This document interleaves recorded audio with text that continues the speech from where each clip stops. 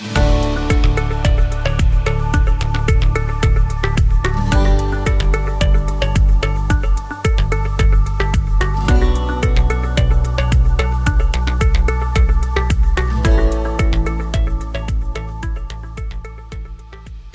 and welcome to Sea Tray Cruise Talks. My name is Chiara Giorgi and I'm the Global Brand and Event Director for Sea Tray Cruise.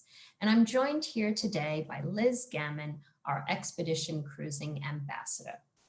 Liz is a proactive member of the international cruise community as a consultant, speaker, and moderator. Ever eager to expand her skills, she is an artist, published writer, and singer-songwriter, and has recently dived into the world of Photoshop with the rise of digital content. So welcome, Liz. So happy to have you here today. So let's start at the beginning. Where did you grow up? Oh, and thank you for having me, Chiara. It's nice to see you. Where did I grow up? Well, I grew up in South Wales in the United Kingdom in a place called Porthcawl. Now, that in itself probably doesn't mean much to many people other than the rest of us that come from Porthcawl. But you know, this whole thing about the highest tides on the planet being in New Brunswick and our colleagues there at St. John and Bay of Fundy. I must admit, I was always a bit kind of, what is this, big tides? Because I grew up with the second highest tides on the planet. I was going to say were, but they still are, of course. So I'm going to quote some statistics here because I want to make it, really, because it's not a question of how many feet difference. It literally there is only a couple of feet difference. Okay. So, for example, the highest tides on the planet are, 16.3 meters, 53.5 feet. That's Bay of Fundy. Okay, got that? Yep. I was 15 meters and 49 feet. So there's really not a lot of difference. So the sea for me, I lived on the seafront, literally meters from where all of this action was happening on the Bristol Channel. So how did that shape, my future? Well, it was always a question of that sea and that big high tide and all the exploration and that took place on those beaches. So I'd be out there as a kid. High tide, don't forget, was chucking up all sorts of dodgy stuff back in the day. And the shout would go up with us kids, what's down on the beach? Oh, it's a dead this or a dead that. Off we go scurrying down to look at it.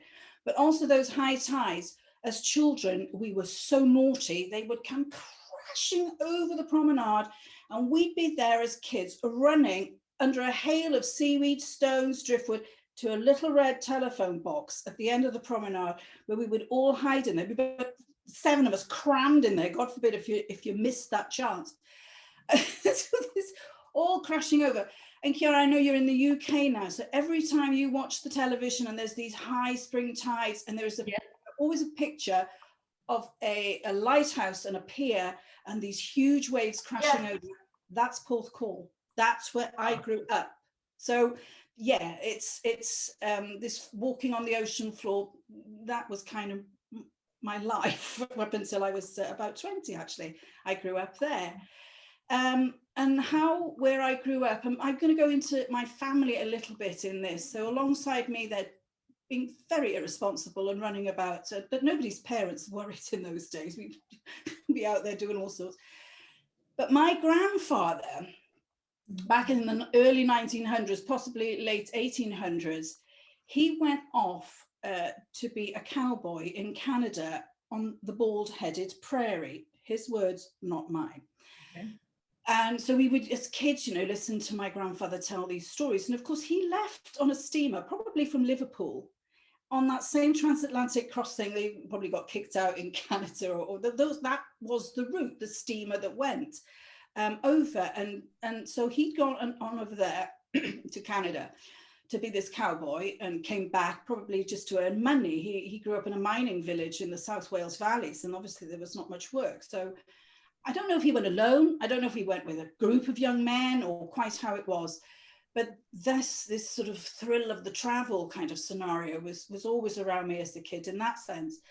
And I think he must have influenced my grandmother quite a bit too, because they were cruising from the 50s, the 1950s.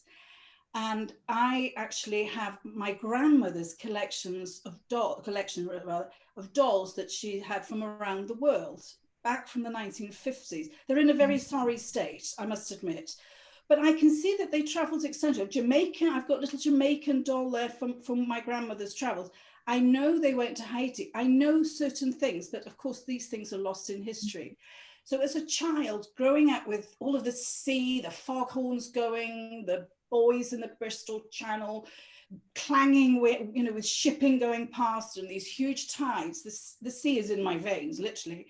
But that travel-y thing, that's definitely comes from my grandparents and memories of, I was only allowed to look, I was not allowed to touch those dollies. And I can see why. But this, all this color in this box of this travel thing. So that definitely played a huge part in my desire to travel and buy my own collection of dolls, I suppose, that I could play with.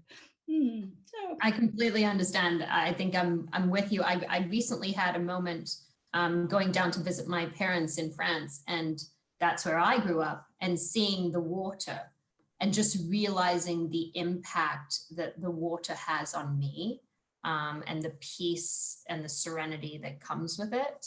And yeah, and I think it was a while ago that I learned that I can't live anywhere where I don't see bodies of water, because it has to be a part of my life, for sure. So I also know that you, I think, worked in music. So how did you go from music, you know, and how did that shape you to where you are now?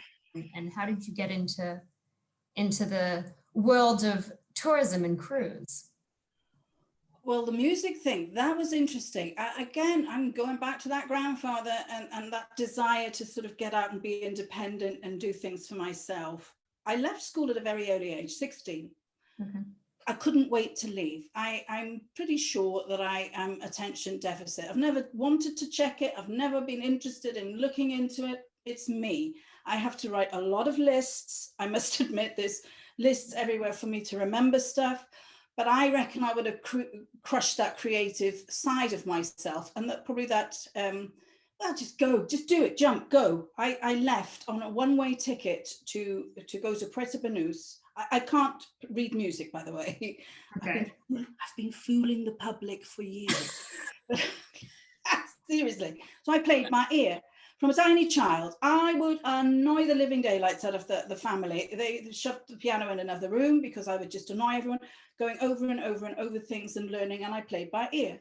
So this for me was a ticket out of Wales and just to my own little independent bit of travel. 50 quid, one-way ticket to Puerto Banús or Malaga, and just went literally looking for a job and got one. And then there was an agent who was down there, Jack Fallon, super nice man, played on the Beatles' White Album. I'm going to do some name dropping here, but he basically told me I was rubbish and I should go home, get myself a repertoire, tidy things up, and to go and visit him in London at a later date, and we could talk about what sort of venues I could play at and so on. And that's what I did. I came back. But this was before the internet, of course. This was before all sorts of things. It was just me listening to music over and over again, buying these old lyric books, the busker books as they were called, and basically getting my act together. And that was it. So back to Spain I went, and to Puerto Banús there, and a lot of piano bars, a lot of fun, met loads of nice people, many of whom I'm still in touch with, actually. Again, the internet's a great place. And my desire, I also fancied working on a cruise ship. That appealed to me. But at the same point, I also realized that I wasn't, my musical skills would be found out pretty quickly on a ship, because you would be expected maybe to play with an orchestra or, you know, accompany a singer and this kind of stuff. And oh, no, this is no self-humiliation going to happen there. So I started a little agency. I was playing the piano myself and working in gigs, Hartman's, you know, all over Europe. And I got as far as Bermuda. I did a 4-month stint over there in a piano bar. But it was easier for me then. I thought, okay, I'm going to have a little agency. The babies were coming along at this point. And I actually, this is a funny one, met a guy from P&O Cruises. We're talking about the late 80s, probably early 90s. gentleman called David Llewellyn, and he was the entertainment's director. And I got the gig of putting piano players onto the ships back at that time. And many of them sailed, and it was in, I think, the old Princess connection. It was just starting at that point. And then years later, I see the name David Llewellyn pop up, and I'd met him. He was a lovely, lovely man, and we'd got on well. As I said, I got the gig, and everything was great. And then I think it was at FCCA or something, the name David Llewellyn popped up on the attendees. And of course, I wrote this email and fell on this guy, basically, and just, oh, do you remember me? I'm Liz, you know, blah, blah, blah. Wrong, David Llewellyn. I don't know you. And, but that was my musical kind of way into the cruise industry, which actually I never set foot on a ship for decades after that, or decade after that. But I was working in the industry, but kind of indirectly. Also with Star Clippers, and I'm still in touch with Michael and Anne Craft. I used to put the pianists on board their ships back in the day. Wow. So then how did you make the transfer over to tourism? That when I came to Iceland playing the piano, I came here back in 97 for a 6-week engagement at a piano bar, and man, that was wild. Oh, I never seen anything like this. I'd played in some bars around the world, and the pianist side of you, you know, when you're working in a piano bar, there is no barrier, there's no stage. What you see when people tell you they love you, believe me, at 10 o'clock, but at 2 in the morning, when you're about to close and you say, I'm sorry, I'm finished, then you're not so popular. And so that was playing on me, you know, and a small captive audience here in Iceland, you know, they'd see me. I was working in a bar 5 nights a week from 9 o'clock in the restaurant till 10, and then I would go over to the piano bar and I'd work from 10 till 3. I did that every night, 5 nights, 6 nights a week. Nah, it was fine, you know. It was just, I didn't know any different. This was just what I did. And then it was a question of I'd met my husband, Ian, and come to stay here permanently. And I thought, I just can't live on this piano bar thing alone. But I had my languages. Again, I've been basically fooling the public for many years with those two. But that meant that I trained and qualified as a tour guide. And so it was just kind of going, and at some days I would be guiding, and then the group would come to the piano bar in the night, and I'd be playing the piano in the night. And I mean it, I would go sometimes straight from the piano to do the transfer back to the airport at 4 or 5 in the morning. And I couldn't do it now, but back then it was just part of life. So that's how I transitioned from the music side into the tourism side. So back, even when you were still working on the music side, right? What was the cruise industry like then? And like, how has that changed for you over the years? Well, if I go back to when I first started guiding, which was, we'll say 2000, for the sake of the license. So 2000, what was it like then? Yeah, I started to guide cruise ships, and I've never been shy with regards facing the public or the, you know, that's what you get, captive audience, full day tour, 8 hours and me on a microphone, sorry. But I enjoyed it and I connected, and I had always this innate problem, I suppose you could call it, of this chronic help syndrome thing. I have to keep my audience happy. So I would, you know, obviously a lot of cruise ship passengers, and I learned that very quickly, that even though I might want to answer every question coming from behind me, there would always be somebody saying, that's one-to-one guiding, you're not allowed to do that. So, oh gosh, believe me. Wow. So there were sort of things like this that would pop up along the way, and I learned an awful lot about what passengers liked, what they didn't like, about timings, even down to standing there counting the tickets on at the bus, you know, when we do the dispatch and putting the heads on and making sure you count at every, it really was the best training for me to go into the cruise industry, being there, literally being with those passengers 8-10 hours a day and seeing the feedback and reaction, and of course smitten. Beautiful big ship. Oh, grandfather went on a ship. Oh, I almost worked on a ship. I used to have piano players on ships.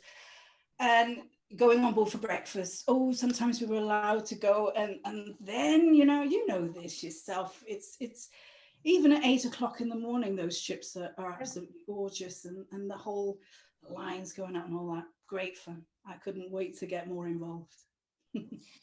Yeah, hey, I'm completely with you. I mean, I actually worked on board for a year, so there's definitely something special about it. So I guess, the big elephant in the room from the past year, what's it been like for you when it comes to COVID and operating over in Iceland? Well, I'm not really operating, but of course I'm in touch with a lot of my friends and colleagues, and it what's the word? Heartbreaking. And I probably, like everybody else, was overwhelmed on occasions. It was, are they coming? Are they not coming? Seeing colleagues basically fall by the wayside, whether they were furloughed, whether they had been let go, and this always this eternal hope that, oh, maybe one will come, but knowing that, it wasn't really going to happen at those points. We did get one company that came in and did some circumnavigations, but we didn't really see them. They weren't involved with the general public. I think, I'm sure there was some interaction along the way, along the line there, but nothing really that made a difference, if you like, to what was going on. So with regards to COVID, I was horrified watching it from afar, as I'm sure you were. We know so many people, and seeing these lines go, falling by the wayside was absolutely awful. But what I did was, I got an arty-farty streak in me, as you know, so I decided to just tap into that, and I did a course with graphic design. So I upped my skill set, and with Adobe, some of it I got, some of it I didn't. But at the same point, when you do these courses, all you're given is an opportunity to learn further. So I think the books are behind me, graphic design and what. And that's something that kept me sane. It kept my brain busy, and it helped me channel my thoughts in a non. Well, it was tough, and it still is tough. Mm-hmm. It still is. So yeah, it's been interesting. It's been difficult seeing all of these casualties, but for me, it gave me that extra time to sort of, reinvent yet again, and this time more in an artistic direction. I think we all took a break from our normal lives and tried to find other things to focus on or learn. I did a course and I learned how to make my own lipstick. Don't know where that's going to come in handy in the future, but I now know how lipsticks are made. So there you go. So one of the things that I've always loved so much about you, Liz, from the moment I met you, is just how passionate you are about things. So, and I know that you have a real passion for expedition cruising. Where does that come from? Like, where did that stem from? Well, Iceland, I think you cannot help but be interested. When you come here, it has that perfect balance of still having areas of exploration, and back to the guiding, and I'd be up on a glacier, there'd be -16, winds going all over the place, and we're doing all these snowmobile tours, and that gave me a sense of, God, there's more to this, than just sitting on a coach. And also it was interesting because even though we had the classic big cruise lines coming in, there were the expedition ships. They were sneaky. They'd come in and we wouldn't even know they were coming in half the time. It was very much more relaxed than it is now. And then I noticed that if I was going to do a transfer to the airport, for example, how different it was. There was a different vibe going on there. There was a lot more hugging. There was a lot more connection. The expedition leaders were very different. We'd see them on one ship there, and off they'd go on a next ship, different charters. So my attention was piqued as to, hang on a minute, where are you going? Where have you been? And that kind of escalated up into that. And then, yes, I was there, nerd on Cruise Mapper and Vessel Tracker. And where are they going, these ships? How long are they staying? What are they doing? Also, it my interest was piqued there again with expedition as to, okay, am I missing something with Iceland? They're here, they're up there, and I know where they've gone. They've only got a walking guide going on at this point, but I want to know what they're doing. I want to see what they're seeing. And that's kind of how it went. And now, of course, as you know, I spend a lot of time traveling the highways and byways with my husband and in the caravan, and off we go. And we, you know, it's out there ready. I would agree with you. I think the people who are attracted to expedition, which are probably people like you and I, a lot more curious, and they want to learn and they want to see something different. And I think that's probably what, you know, is so interesting and infectious about what's happening with the expedition cruise market right now. I mean, for you, how do you see the future of that, of expedition cruising going, and, you know, how do you hope to be involved? Well, for me at this point in time, when I see the expedition, the order book, and with the current fleet and what we can expect to see, the first question I ask myself, and I will ask a panel in the not so distant future, is where are you going to go? You can't all go to the same places at the same time. The seasons in the two poles are relatively short. What are you going to be doing in between? You can't all follow each other around. And so that is where I'm, again, really interested to see what these new itineraries are, because they've got to be new itineraries. And back to my life in Porthcawl as a child, and all of those things that were going on the ocean floor, and exploration for my own self as a kiddie. You know, crabs, oh, what's this? Oh, I'm not seeing one of those people. There are places that have a lot more going on than maybe they even realize. And where we are in Iceland, we're sort of semi-expedition. We're more exploration. We have the cities, or city, Reykjavik, but also the areas in and around. And I wouldn't mind betting that there's a lot of destinations just like that, that they have their classic cruise, you know, schedules, if you like, coming through, and how they service them. But maybe they're missing something just, you know, a few kilometers down the coastline that they've taken for granted. All these pockets that I hope that in the future, just as I've become more interested in expedition in Iceland and have seen, you know, the different opportunities, that maybe that I can bring fresh eyes to another destination and be able to help with. I think overland has got huge opportunities for the port to port stuff. The only thing that worries me is sustainability. Now, sustainability can mean different things, I think, to different people.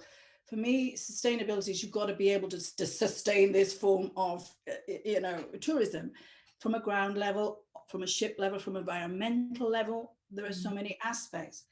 And back to in the past, when we had these expedition vessels coming in and one walking guide, that's something that I think that has to change. If I go to the Lindblad itinerary, I hope they do it, but it's for 2021, so that remains to be seen. But when I look at the Lindblad, I'm going to use this as a prototype, itinerary of Iceland, they come in to the bigger ports. They do that.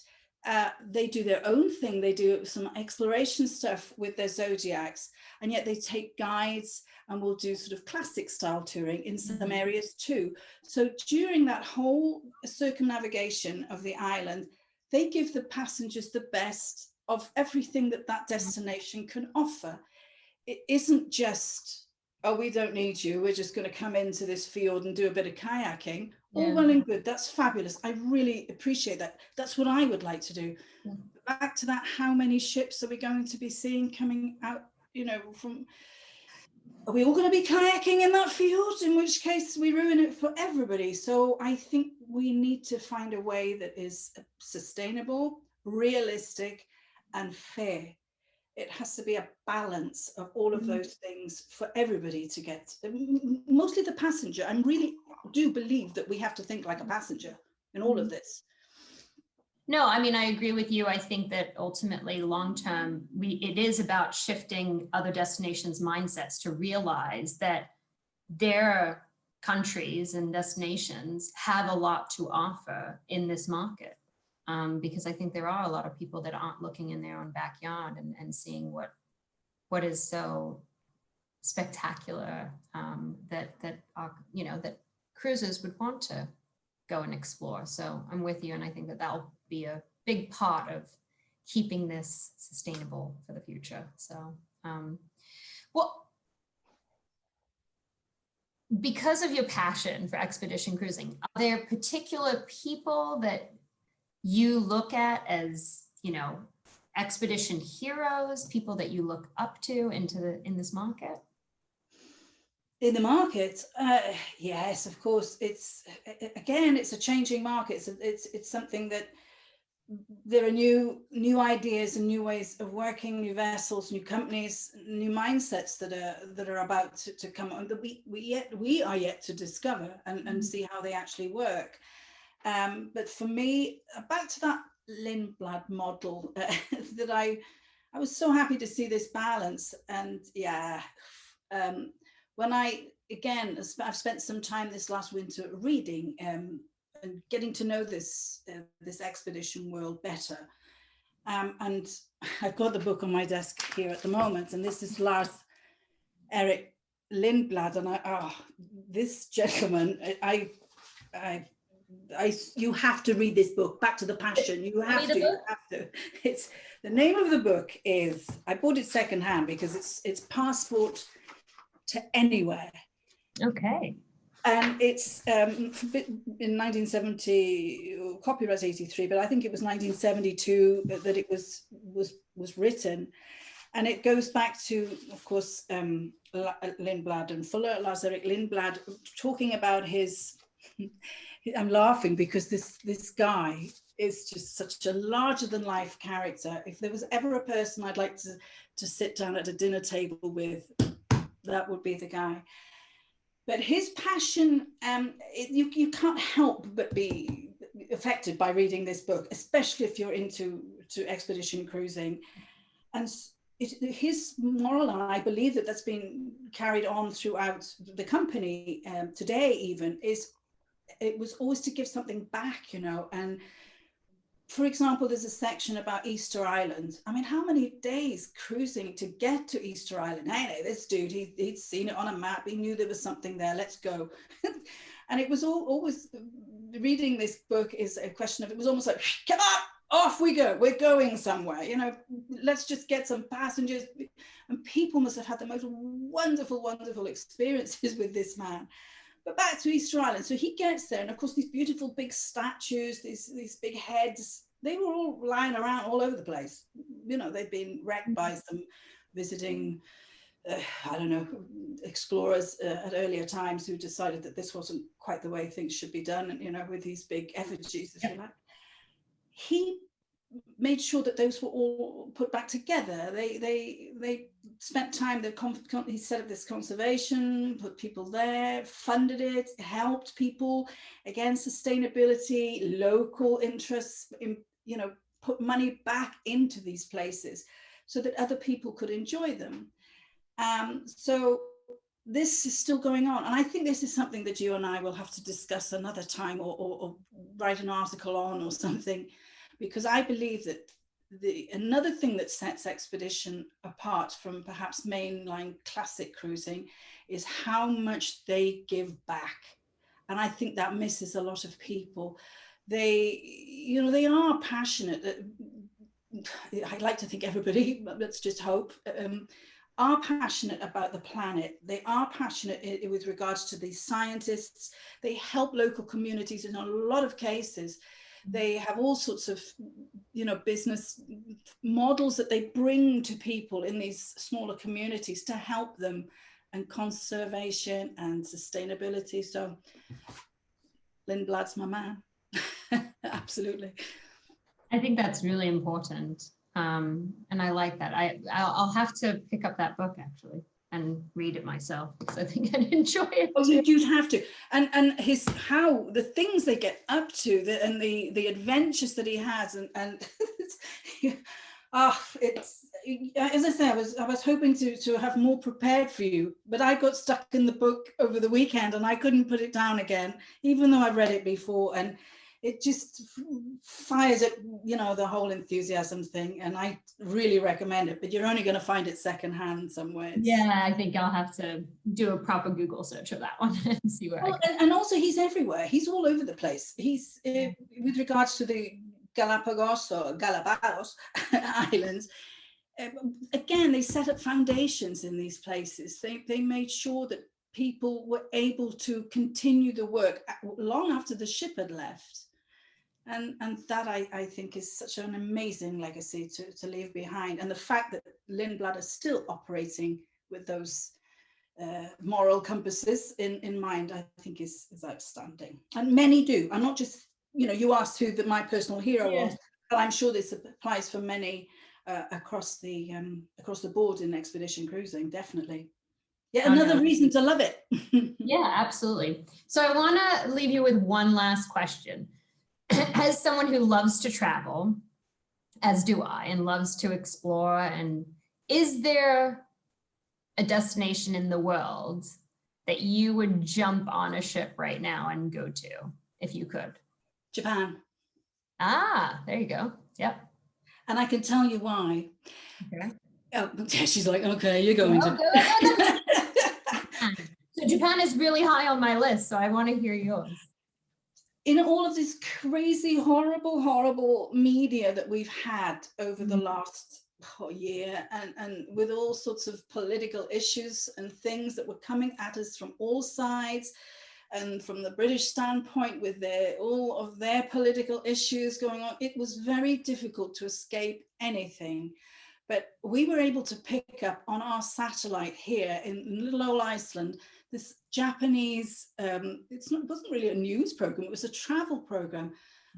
Chiara, to be able to disappear, you know, several times a week to Japan and just leave all of that other stuff behind. And I said to her, when this all kicks off again, when we're going to travel, I really want to go to Japan and just experience that serenity and beautiful cultural, you know, focuses that they have. So it kept me sane. So that's where I want to go. What about you? Where you want to go? Well, I was meant to go to Antarctica this past Christmas and New Year's, which is really high on my list. But of course, you know, we had to cancel that trip. So that's really high for me. But I've never been to Japan. And so that was a big plan of mine. Oh, it just kept me sane. Oh, you a trip to Iceland. So that's high on the list. I mean, I like, my list is very long. We need to traveling. So you'll have to start playing the piano then. Yeah, there's not a musical bone in my body. I don't think I have the ear that you have, unfortunately. So. But I can pretend to sing if you want after a couple of feelings. All right, well, with that, thank you so much, Liz, for joining us. And to everyone who's listening in, please join us in 6 weeks' time, I think it is, our first Sea Trade Cruise virtual expedition cruising. Liz will be moderating, and we can't wait to talk to all the experts in their field and hear what's next for expedition cruising. Thank you. Thanks, Liz.